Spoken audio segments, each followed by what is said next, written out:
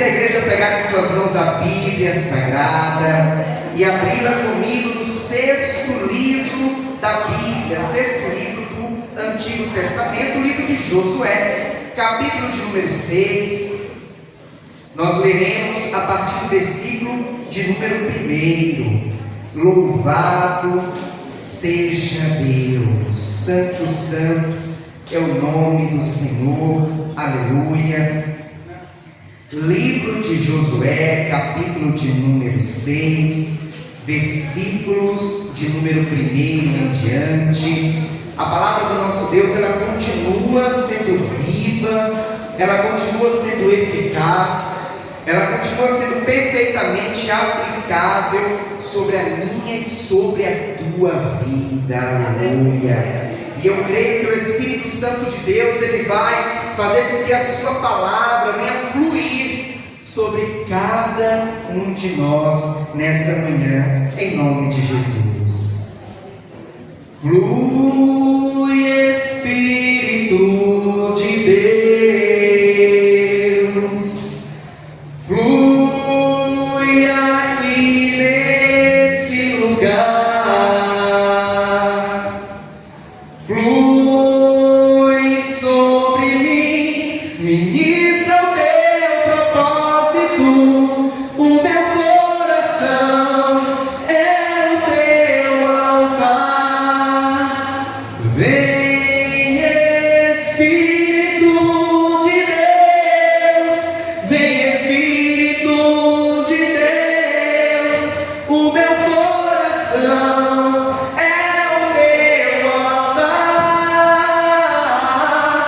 Vem, Espírito de Deus, vem, Espírito de Deus. O meu coração é o teu altar. O meu coração é o teu altar. Aleluia. Santo é o nome do Senhor. Continua fluindo sobre nós, Espírito Santo de Deus. Continua fluindo em nós, Espírito Santo de Deus. Aleluia. Livro de Josué, capítulo de número 6, versículos do 1 em diante. Vai dizer-nos assim a santa e poderosa palavra do Senhor. Ora, Jericó cerrou-se e estava cerrada por causa dos filhos de Israel. Nenhum saía, nem entrava. Então disse o Senhor a Josué: olha, tenho dado na tua mão a Jericó, e ao seu rei, e aos seus valentes e valorosos. Aleluia. Somente até aqui. Eu quero convidar a igreja, como é nosso costume, a repetir após mim o versículo de número 2, que diz: Então disse o Senhor a Josué: Olha, tenho dado na tua mão a Jericó, e ao seu rei, e aos seus valentes e valorosos. Eu te convido a repetir bem forte após mim a frase que diz: Tenho dado na tua mão a Jericó. Tenho dado na tua mão a Jericó. Aleluia. Coloca a Bíblia no teu assento. É momento de falar com Deus. Senhor amado e Pai querido, como estamos alegres, Senhor, por mais uma vez nos reunimos neste santo lugar para cultuar ao Senhor. E nesta manhã já podemos falar com o Senhor em oração, já podemos louvar e agradecer o seu nome através dos louvores que foram entoados a Ti. E agora a sua igreja espera receber uma palavra, não uma palavra que venha de conhecimento humano, não uma palavra que nasceu no coração do pregador, mas uma palavra que nasceu primeiramente no coração do próprio Deus, e que agora será direcionada ao coração da tua igreja. Por essa razão nós lhe pedimos, ó Pai, que o Senhor venha agora abrir os nossos ouvidos espirituais, venha abrir, ó Pai, o nosso entendimento, para que nós possamos não apenas ouvir, mas entender a mensagem que o Senhor tem preparado a cada que essa palavra ela seja como alimento para a nossa alma, como combustível para a nossa fé, como uma bússola, ó Pai, que nos aponta ao norte, que nos mostra o caminho da sua vontade, que é boa, perfeita e agradável. Nesse momento, ó Pai, eu me coloco diante de Ti, como um simples servo que sou, e lhe peço: usa-me, ó Pai, como um instrumento em Suas mãos, para pregoar a santa e poderosa palavra do Senhor. É o que nós lhe pedimos e desde já lhe agradecemos, em nome do Senhor Jesus. Amém e graças a Deus. Vamos aplaudir bem forte ao Senhor Jesus. Aleluia! A Ele a honra, a Ele a glória, a Ele o louvor e toda a exaltação. Graças a Deus. A igreja pode tomar o seu assento, fiquem todos à vontade. Isso. Estamos na casa do nosso Deus.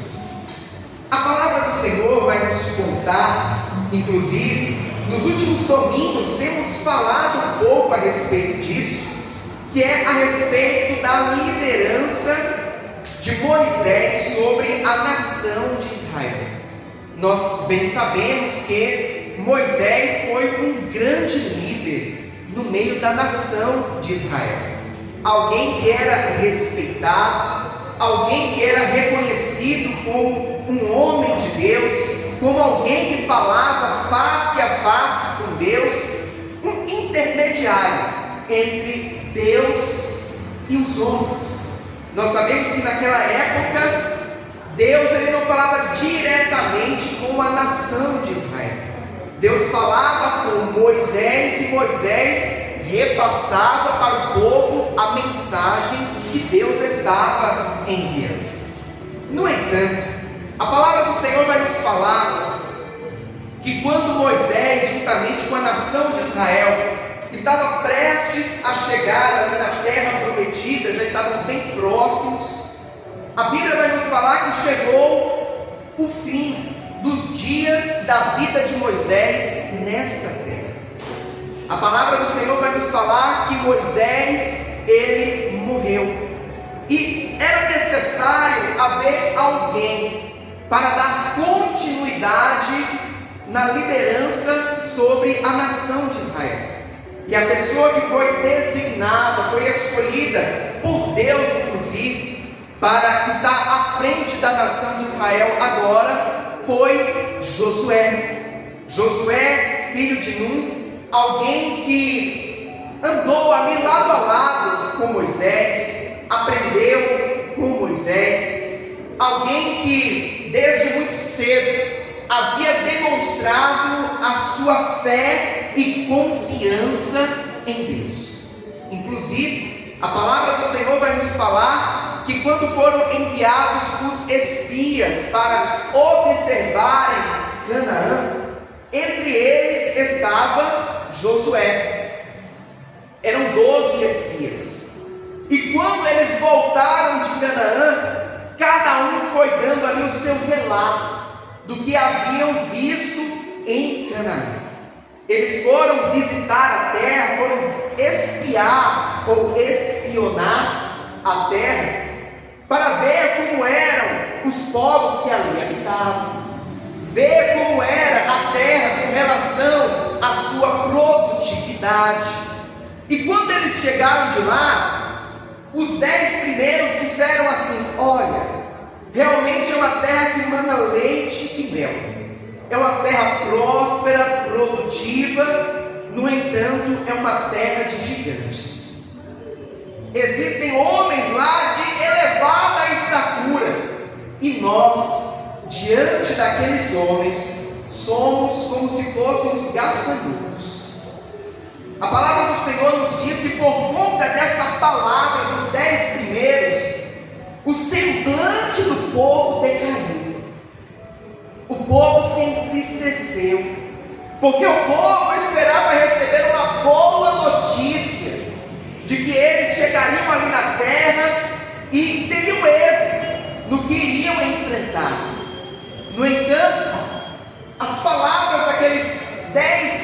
profecias que primeiro se pronunciaram foram desanimadores.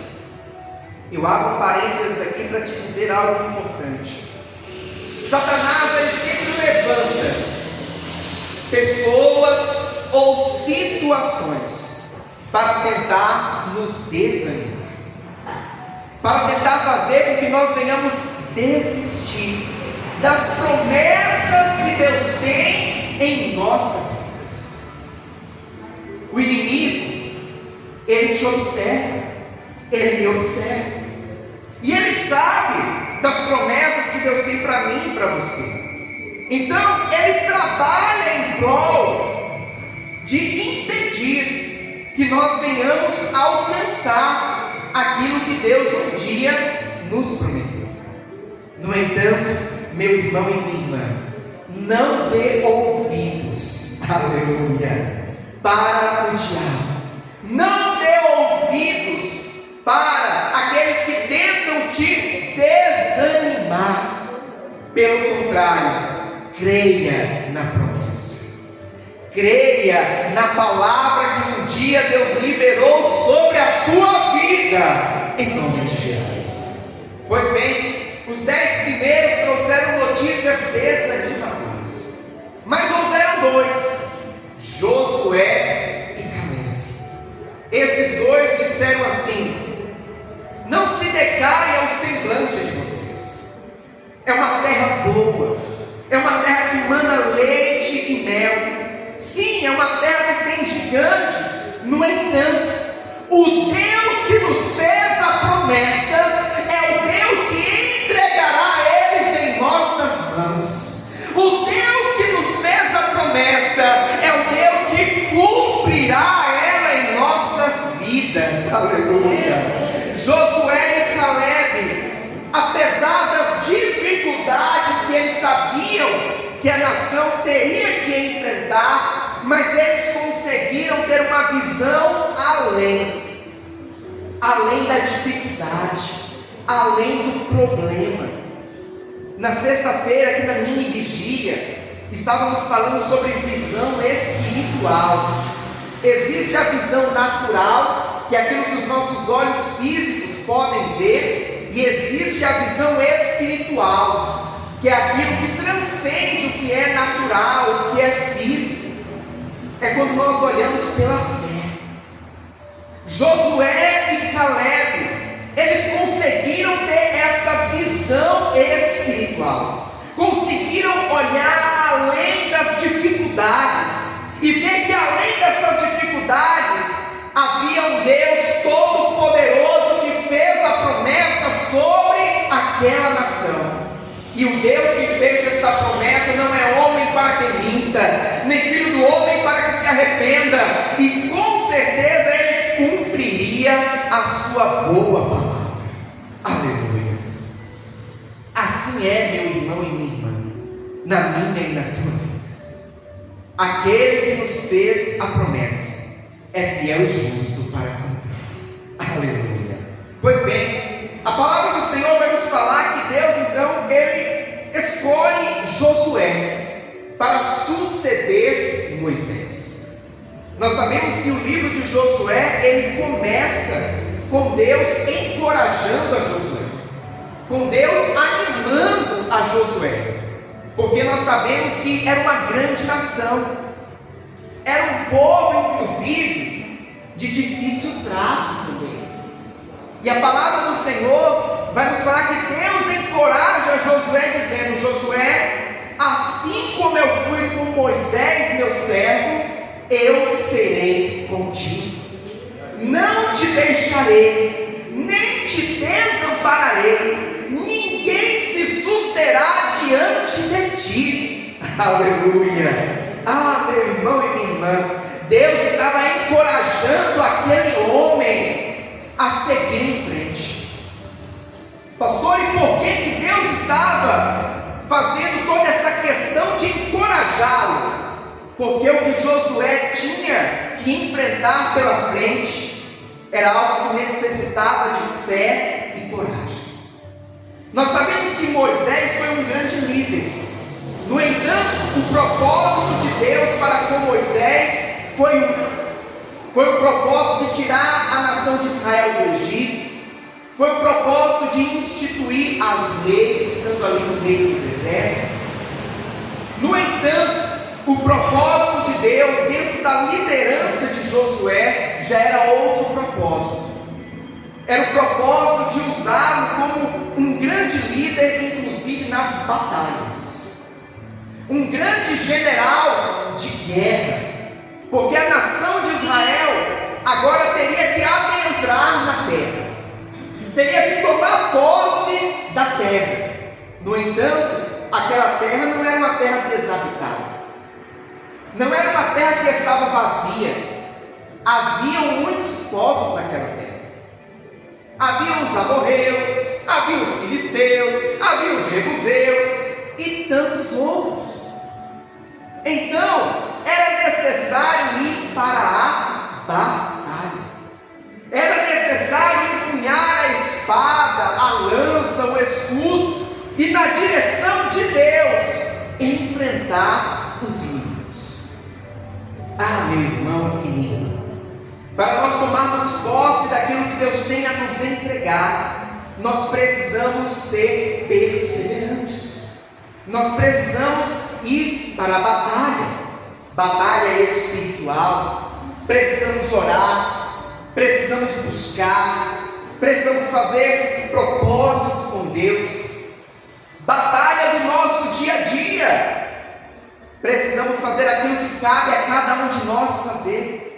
Se Deus entregou na minha mão, na tua mão, um trabalho, por exemplo, nós precisamos desempenhar a função a qual nos foi confiada. Nós precisamos fazer o nosso trabalho. Aquilo que cabe a mim e a você fazer, Deus ele não vai fazer por nós.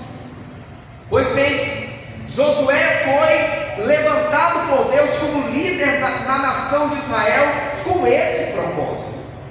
E por essa razão que Deus estava encorajando Josué. Inclusive ele vai dizer: não temas, não se espantes, não pasme diante dos inimigos. Pelo contrário, seja forte, seja corajoso. Ah, meu irmão e minha irmã, Satanás ele é especialista em criar situações para tentar nos amedrontar. Nós temos dito aqui que Satanás, a Bíblia vai nos falar que ruge como um leão, procurando a quem possa tragar. Ele tenta nos assustar com seu rugido. Ele tenta nos assustar falando alto, gritando, dizendo que você não vai conseguir, dizendo que não tem mais jeito, dizendo que você é derrotado, dizendo que você é muito pequeno diante do problema que você tem a enfrentar. Mas tudo isso é uma estratégia. Pastor, uma estratégia para quê? Para fazer você desistir, para fazer você fraquejar, para fazer a tua fé diminuir. Quem já assistiu aquelas lutas de boxe, MMA? Não que eu assista, mas eu já vi algumas chamadas, alguns trechinhos na televisão. E geralmente antes da luta, os dois oponentes eles ficam um de frente para o outro. E ali eles ficam trocando ofensas. Ali eles ficam muitas das vezes tentando intimidar o oponente. Pastor, para quê? Para tirar a confiança do oponente. Para fazer com que quando chegar o dia da luta, o seu oponente suba no ringue já temeroso, já com receio, já sem a confiança que outrora ele tinha. E Satanás ele é especialista em trabalhar em prol de fazer isso sobre mim e sobre você. Tentar nos amedrontar, nos intimidar, tirar a nossa fé. Deus sabia que Josué teria que enfrentar situações difíceis. E por esta razão ele encoraja Josué. Pois bem, a palavra do Senhor vai nos falar que chegou o grande dia deles passarem o Jordão, atravessarem o Jordão, mais uma vez, Deus mostra o seu mover sobrenatural e faz com que o rio Jordão ele se abra. E a nação de Israel, pela segunda vez, tem experiência de passar em terra seca, aonde outrora era um rio, aonde outrora eram águas. Eles chegam do outro lado, e ao chegarem do outro lado, a palavra do Senhor vai nos falar que Deus promete para Josué e para a sua nação, de que ele entregaria nas mãos deles Jericó. Jericó era uma grande cidade, uma cidade já habitada, uma cidade que parecia um verdadeiro oásis em meio ao deserto. Tanto que Jericó, era conhecida como a cidade das palmeiras. Era uma cidade com muitas palmeiras. E aquela cidade, ela era fortemente protegida. Era circundada por uma grande muralha para impedir que pessoas que viessem de fora, inimigos, pudessem entrar na cidade. E Deus diz para Josué e para o seu povo: eu entrego essa cidade nas mãos de vocês. Deus fez uma promessa.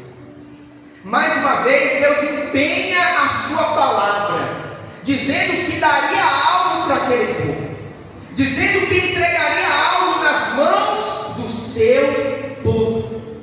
No entanto, como tomar posse da cidade, sendo que aquela cidade ela era fortemente protegida, era fortemente murada?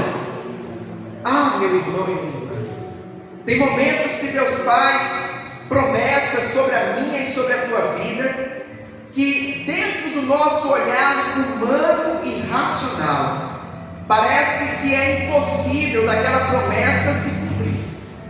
Parece improvável que aquilo vá verdadeiramente acontecer. Assim foi, por exemplo, com Abraão e Sara. Deus promete que faria de Abraão uma grande nação. Mas como Abraão ser aquele que daria início a uma grande nação, sendo que Sara, sua esposa, era estéril? Deus, não são poucas as vezes que Ele faz promessas sobre a minha e sobre a tua vida, que vão no sentido contrário da razão humana. É o que nós estávamos louvando aqui alguns instantes atrás, quando nós ficamos entre a fé e a razão. Deus fez uma promessa para Abraão. E agora, Abraão? Você vai ficar com a razão que diz que você nunca vai ter um filho? Ou você vai ficar com a fé, crendo na promessa que Deus fez para você? E agora, Josué? Você vai ficar com a razão, olhando para as muralhas e vendo quão grandes elas são e pensando que não tem jeito de transpor aquelas muralhas? Ou você vai ficar com a fé e crer que se Deus prometeu que entregaria aquela cidade nas tuas mãos, você vai viver o milagre de Deus na tua vida? E agora, meu irmão e minha irmã, você vai ficar com a palavra do inimigo, que disse que você não vai conseguir, que disse que não tem mais jeito para a tua situação, que disse que não tem jeito para o teu problema? Ou você vai ficar com a palavra de Deus, que diz que o nosso Deus, Ele não mudou, que Ele continua sendo o mesmo ontem, hoje, eternamente, e que Ele cumprirá as suas promessas na tua vida? Nós precisamos crer no impossível. Nós precisamos crer naquilo que, mesmo que o inimigo tenha dito que não tem mais jeito, mas nós sabemos que para o nosso Deus tem jeito. Isso é fé.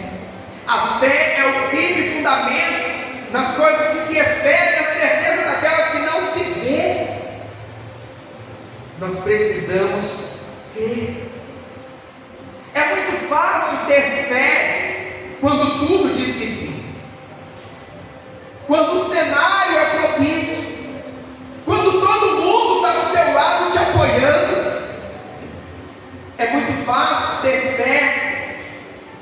falta pouco para algo grande acontecer. Mas o difícil é manter a chama da fé e da esperança acesa, mesmo quando o cenário ao teu redor não é propício para a realização do milagre, mesmo quando as pessoas que estão do teu lado não te apoiam, mesmo quando tudo diz que não. Aí é o momento que nós precisamos mostrar em quem nós temos crido, no Deus que nós servimos, e que a nossa fé vai muito além daquilo que o mundo natural apresenta para mim e para você. Deus fez uma promessa para Josué e para o seu povo, a promessa de que entregaria Jericó em suas mãos. No entanto, como nós lemos aqui no versículo 1, vai nos dizer que Jericó estava cerrada. Em algumas traduções vai dizer que Jericó estava totalmente fechada. Havia inclusive ali 12 portões no decorrer da extensão daquela grande muralha. No entanto, todos eles estavam trancados, fortemente protegidos.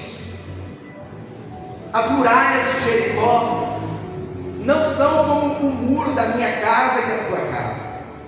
O muro da minha casa deve ter 3 metros e alguma coisa, talvez o da sua também um pouco mais. As muralhas de Jericó, alguns estudiosos chegam a dizer que elas tinham 12 metros de altura, 4 quilômetros de extensão, circundava totalmente a cidade. A espessura das muralhas não era a espessura de um bloco da minha e da tua casa, que tem o que? 17 centímetros? 20 se for contar com o reboco que nós colocamos? Não. As muralhas de Jericó eram tão espessas que dava para passar um carro em cima delas. Alguns chegam a dizer que tinha de 6 a 8 metros de espessura aquelas muralhas. Pastor, como transpor isso? Humanamente falando, impossível. Detalhe: em cima das muralhas, alguns estudiosos chegam a dizer que ali ficavam soldados com arco, flecha. Outros ficavam ali também com panelas de óleo fervendo. Se alguém tentasse subir a muralha, era flechado. Se alguém tentasse subir a muralha, derramava um óleo fervendo em cima da pessoa. Como chegar perto daquela muralha? Como transpor aquela muralha? Existem momentos que a promessa que Deus fez sobre a minha e a tua vida parece que não vai se cumprir, por conta das dificuldades, por conta das barreiras que tem entre o cumprimento da promessa e você. No entanto, quando Deus faz uma promessa sobre a vida de alguém, não importa os obstáculos, não importa o quão difícil seja, não importa se é uma muralha de 12 metros de altura, se é um gigante de quase 3 metros, não importa se é um mar fechado diante de você, Deus ele derruba a muralha, derruba gigante, abre as águas do mar para fazer você receber o teu milagre, para fazer você viver o cumprimento da promessa na tua vida. No entanto, Deus ele sempre vai também contar com a minha e com a tua fé. Deus ele vai nos dar direcionamentos para que nós venhamos segui-los e assim viver o cumprimento da promessa. Deus deu aqui para Josué uma direção. Josué, você vai durante 7 dias rodear as muralhas. Você vai colocar soldados à frente, Você vai colocar 7 sacerdotes com um chofar na mão, que era uma trombeta feita de chifre de carneiro. Atrás dos sacerdotes vai vir a arca da aliança, que representa a minha presença no meio de vocês. E atrás você vai colocar todo o restante de soldados que tiver. Durante 6 dias vocês vão dar uma volta por dia. Todo mundo em silêncio, porém tocando o chofar, que é a trombeta. E no 7º dia, vocês vão dar 7 voltas. E após a última volta, vão tocar o chofar bem forte, a trombeta bem forte, e vão dar um grito de guerra. E vocês vão ver o que vai acontecer. Ah, meu irmão e minha irmã, existem momentos que Deus dá alguns direcionamentos para mim e para você, que a razão humana diz assim: mas que efeito isso vai surtir diante do meu problema? Assim como Naamã, os irmãos lembram da história de Naamã, que o profeta Eliseu falou para ele dar 7 mergulhos no Rio Jordão, e Naamã pensou assim: mas que diferença isso vai fazer? Eu dar 7 mergulhos no Rio Jordão? Eu quero ser curado. Talvez alguém olhando pelos olhos carnais pensaria assim: mas que diferença isso vai fazer rodear a cidade, tocar o chofar, gritar diante de uma muralha tão forte, tão grande?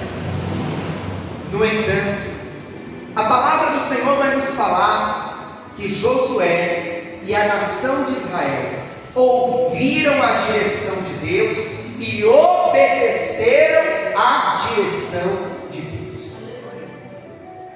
Não questionaram, obedeceram. E aqui nós pegamos também um ensinamento, uma direção da parte de Deus. Quando Deus ele nos direciona a algo, nós não devemos questionar, nós devemos obedecer. Nós não devemos perguntar: Senhor, mas por que tem que fazer dessa forma? Senhor, mas não poderia ser de outra maneira? Não é questionar, é obedecer.